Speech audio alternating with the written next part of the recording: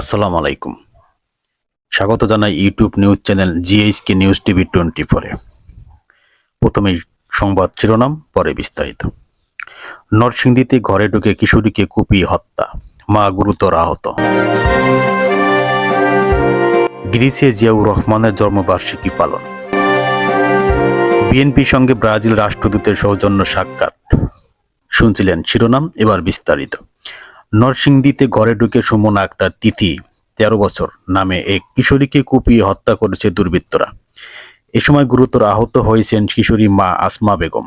গত সোমবার রাত 10টার দিকে নরসিংদী সদর উপজেলা শেখেরচর বাবুরহাট বাজার সংলগ্ন মোফাজ্জল হোসেনের বাড়িতে এই ঘটনা ঘটে। হতাহত দুজন চায়ের দোকানি মোফাজ্জল হোসেনের স্ত্রী ও মেয়ে। বিষয়টি নিশ্চিত করেছেন শেখেরচর পুলিশ ফাঁড়ির পরিদর্শক মোহাম্মদ মাসুদ আলম।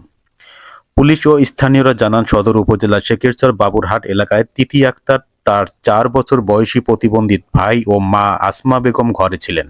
রাত 11টার দিকে তিথি বাবা মোফাজ্জল হোসেন নিজের পানের দোকান থেকে বাসায় এসে রক্তাক্ত অবস্থায় তাদের দুজনকে পড়ে থাকতে দেখেন।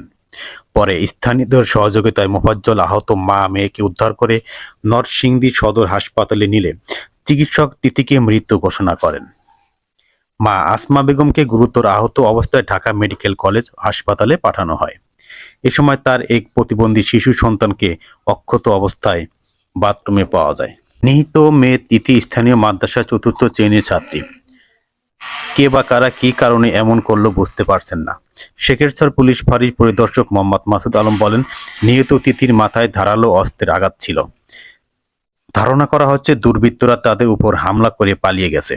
খবর পেয়ে নরসিংদী অতিরিক্ত পুলিশ সুপার সদর সার্কেল মোহাম্মদ আনোয়ার হোসেন, ওসি মোহাম্মদ এমদাদ হোসেন, ডিবির ওসি মোহাম্মদ কামরুজ্জামান ঘটনাস্থল পরিদর্শন করেছেন এবং তারা পর্যাপ্ত পরিমাণে এর ব্যবস্থা নেবে। গ্রিসে জিয়াউর রহমানের জন্মবার্ষিকী পালন। বিএনপির প্রতিষ্ঠাতা জিয়াউর রহমানের 89তম জন্মবার্ষিকী পালন করেছে গ্রিস বিএনপি। এ উপলক্ষে গ্রিস বিএনপির আহ্বায়ক কমিটির আয়োজনে গতকাল সোমবার এক আলোচনা সভা ও দোয়া মাহফিল অনুষ্ঠিত হয়। আহ্বায়ক ফারুক মিয়ার সভাপতিত্বে ও সদস্য সচিব আশরাফ উদ্দিন ঠাকুর টিপুর সঞ্চালনায় অনুষ্ঠানের সার্বিক তত্ত্বাবধানে ছিলেন সাবেক উপদেষ্টা হাফেজ আহমেদ।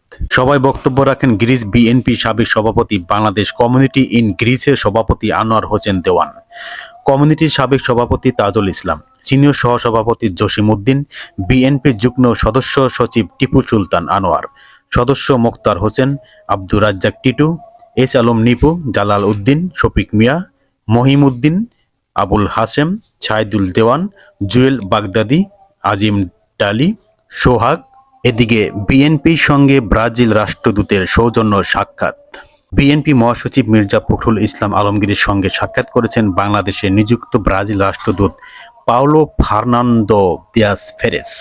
মঙ্গলবার 28 জানুয়ারি বেলা 11টার দিকে রাজধানী গুলশানের দলের চেয়ারপারসন কার্যালয়ে দিয়াস ফেরেস সৌজন্য সাক্ষাৎ করতে আসেন।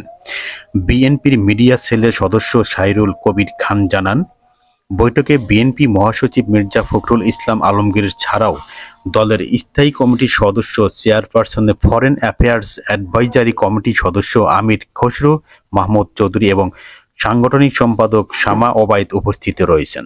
সৌজন্য সাক্ষাতে বৈঠকে কি বিষয় কি রকম আলোচনা হবে তা পরবর্তীতে জানিয়ে দেওয়া হবে।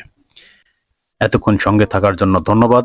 দেখা হবে পরবর্তী নতুন কোনো ভিডিওতে। সে পর্যন্ত ভালো থাকুন, সুস্থ থাকুন। আল্লাহ হাফেজ।